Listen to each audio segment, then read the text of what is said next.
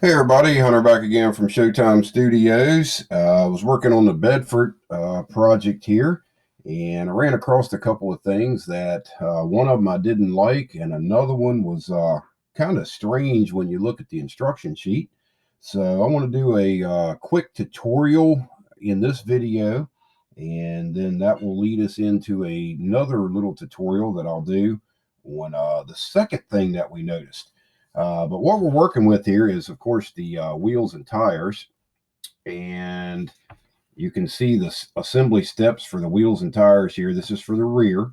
And you have the outer wheel with the ring and the tire. And you have an inner wheel with the ring and a tire. And then you put all that together, and that makes one assembly. And that's what I have here. This is the outer wheel with a tire on it. And this is the inner wheel with a tire on it. And there's a little lineup notch in here. You can see it right there. Getting the right spot. There it is. Little notch. And all that little notch does is just line up in your outer wheel. And the reason for it is to make sure that the holes that's in the wheels, it makes them go straight through. So the holes will line up. If you had that notch offset a little bit, the wheels would not line up. Your windows wouldn't be open in the wheels. So that's why they use that little notch in there. But the one thing that I did notice about this kit that I did not like is when you set the wheels and tires together as an assembly, and I've got it lined up on the notch now, you don't have any space in between the tires. It's there may be just a hairline of space in there, but it's not much. And I just didn't like that. It didn't look good to me. It didn't look realistic. So what I did is I actually did a little bit of modification, and I came up with this. And you can see the little bit of space that we put in there. It's noticeable, and it just makes the whole assembly look a lot better. And it's not really that hard to do. So I'm not going to go through all of the measurements and all that on, I'm going to leave a little bit of work for you guys that might want to do this kit and make this modification to it. But if you're working with any other truck kit that has dual wheels on it, you can use, some of these procedures. You may be able to use it, do it exactly the way that I do it here. But we are working with, of course, my punch kit. This come in from Micro Mart. I've had this for a long time. Very nice kit.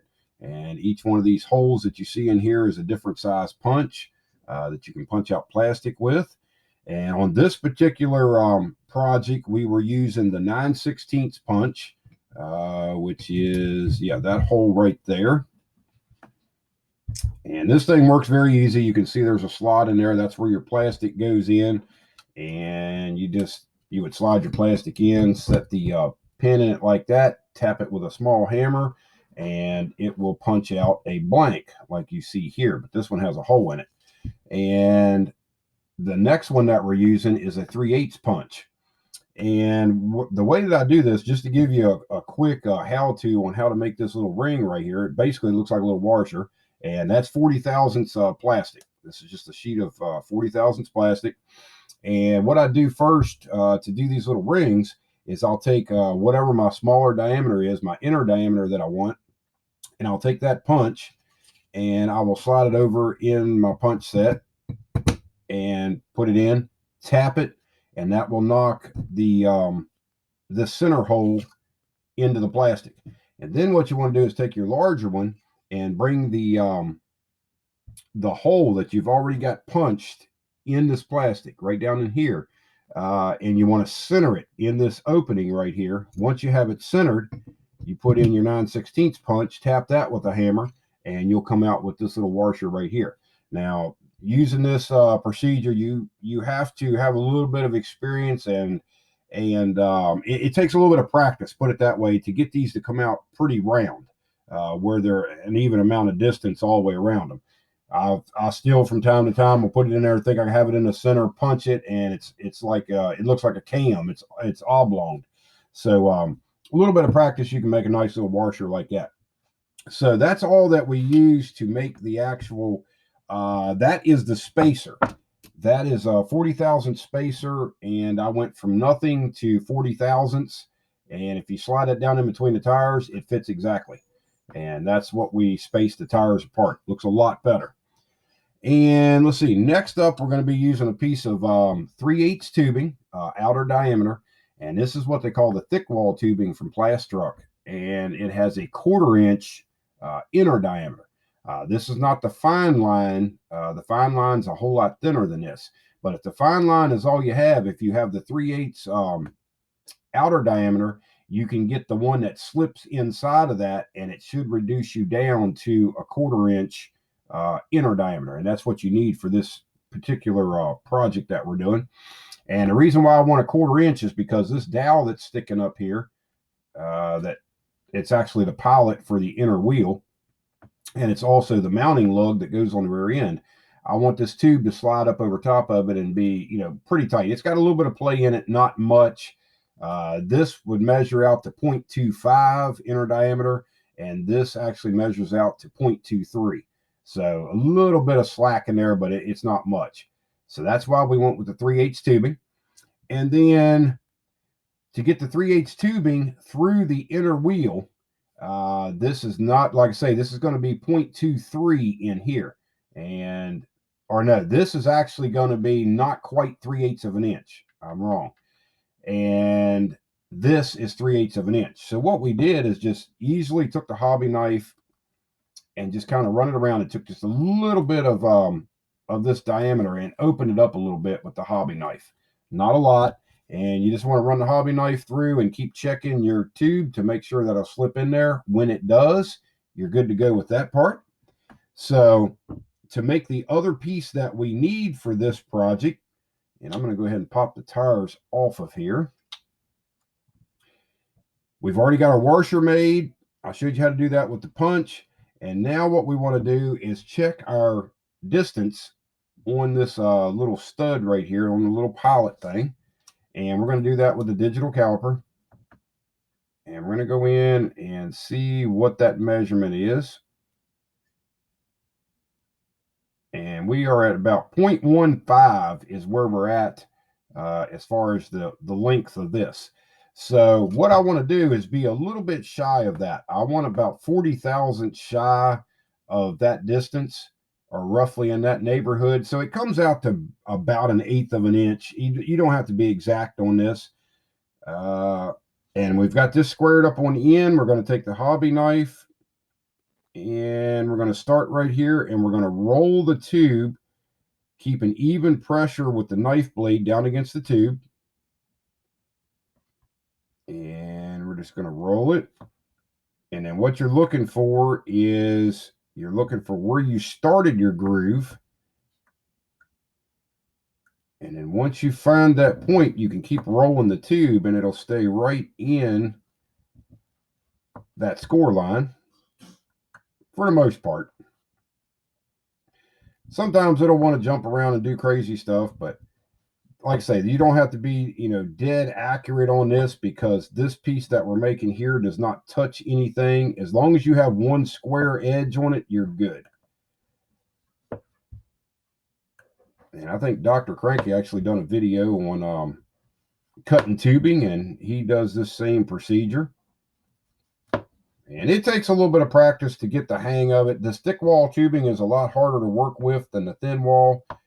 It takes a little bit more pressure and a little bit more time to go through it. But you just keep working with it, and it'll pop through there.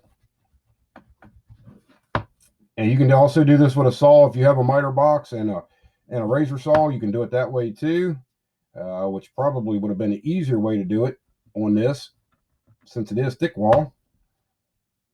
But once you get started through it, it's not too bad after that. And just be careful where your fingers are, because you don't want to cut your fingers off doing this, because you are putting a little bit of pressure on the blade. So, but once I know that I'm almost all the way through it, I'll take my finger and slide it over here to the side, and you probably can't see it, but I'm holding the end of that. And all that does is when I actually push all the way through, it keeps us from flying across the hobby room and getting lost, and then you got to make another one. So we've got that all cut out. Now we're going to check that and see if that is too long. And actually it is a little bit too long. A little bit longer than what we need. So we're just going to go in on that side that we cut. And we're going to go ahead and sand that down a little bit on the sanding stick just to reduce the thickness of it here. And you wouldn't have to do this if you don't do the next step. Now, what I'm doing is setting this up for adding brake detail. And I will show you why we're going to do that in the instruction sheet here in just a minute. But for right now, I just want to get these parts made that we need for the to get the spacing in between the tires.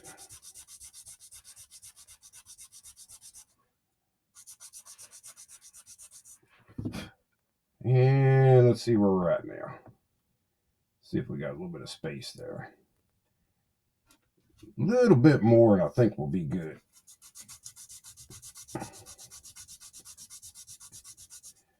Well, this is almost exciting as scraping and, well, no, this is sanding, isn't it? Yeah, scraping and sanding. Yeah, here we go again. The life of a model builder. Scraping and sanding. And another way that you can do this also, just a little trick, sometimes I do it that way. If you want this to be pretty accurate, you can take your tube and you can cut a piece of masking tape to the width that you need. Just cut a strip of it and start with a square edge on your tube and just wrap that masking tape around, and then you can take and run your knife right beside that masking tape as you spin it, and it gives you a little bit of a guide. So that's a little trick to remember too. I think we've got this sanded down good now. Yes, we have that sanded down, so we have a little bit of that gray piece sticking past it. That's what we're after. That's what we're shooting for, because that'll help us out in the next step. So now that we have our spacer made on this particular kit, you're going to come in and right where this little boss is, this little locating tab, you want to cut that out. So I'm just going to go in with the hobby knife and we're going to push down. And then we're going to come in and just clip that out of there and get that smoothed down real good, because this is your square edge. So you want your retainer to lay in here nice and square. So all we did was get rid of that little locator tab, and I'll show you how to line that up in a minute. So the next step that we're going to do is we're going to go ahead and take our washer and we're going to set the washer down into place. Now it's going to set on this little step that's in there. You'll see a step right here in the wheel. That's where we're going to set the washer. So that's going to be our spacer, because normally the wheel would set all the way down against this wide part of this flange in here. And all we're doing is spacing it out a little bit. Nothing that hard. And hopefully I'm explaining it all pretty good so people can understand it. If you have any questions or whatever on it, leave me a comment on the video and I'll see if we can help you out a little bit further if you need it. But this is a pretty easy technique to do. And like I say, this works on many different style of dual wheels. Even some of my Italeri kits, I end up doing this. If I'm going for heavy haul or whatever, I'll put a little bit more spacing in between the tires. Okay, so we have that piece in. That is our spacer. That is what's going to kick the inner wheel 40 thousandths of an inch wider than what it would come in the kit. So next, we're going to go ahead and put a little bit of glue down on this gray flange here. And we're going to slide on our little bushing. And what that bushing is going to do is that is going to create our flange back so that we're actually piloted. That's just like the pilot that's in here before, but we went ahead and spaced it out to this size, and that keeps everything nice and square on the wheel. And that's about all there is to that part. So that's why we made that little piece. So now we'll go ahead and pop the tires back on here. And we'll set this assembly together, and I'll show you with those two pieces, we will end up with the same thing that I showed over there on the one that we've already got finished up. Okay, now remember we cut that little locator tab off, and like I say, the only thing that did on this particular kit was just line up the windows. So what you want to do is just look down through your windows in the back of your wheel and make sure you get them lined up. When you do, Just hold it in that position. And take a little bit of your Tamiya extra thin. And if you want to, you can use the 8872 or, whichever glue you're using. If you're using the thicker glues, you'd want to put it down on that flange first and then set the wheel into place. The extra thin, you can go ahead and put the parts together and it'll get its way down in there. And you don't have to worry about all that. So when we're done with it, that's what it looks like. Very simple. And there is our spacing in between our tires. Very simple modification. It's not that difficult to do, and it really improves the look, I think, of the finished model. So that's that part. And the other thing I was talking about that was kind of weird on the instruction sheet, and we'll hold it up here and see if I can get a good shot of it. If you look at the assembled rear wheel assembly here, if it'll stay focused in, you will see that there's bolt detail on the inside of that wheel. And there is no bolt detail inside of this wheel. And there's no piece to add into it. So not really sure why the instructions are showing bolt detail like the front wheels. You can see the simulated backing plate in there for the brakes on the front wheels. But we do not have one of these pieces for the rears. So what we're going to do is we're going to create that piece and we're going to add it to the rear wheels just to give us some brake detail. So we'll do that in the next episode on this. That's not very hard to do either. Just basically some sheet plastic, and we'll be using some tiki train bolts, and that will take care of that. So if you have any questions or whatever about anything that we used here or how we did it, leave me a comment on the video, and I'll be more than glad to help you out on that. So stay tuned for the next one coming up here real soon. And as always, we'll talk to you later. Bye-bye.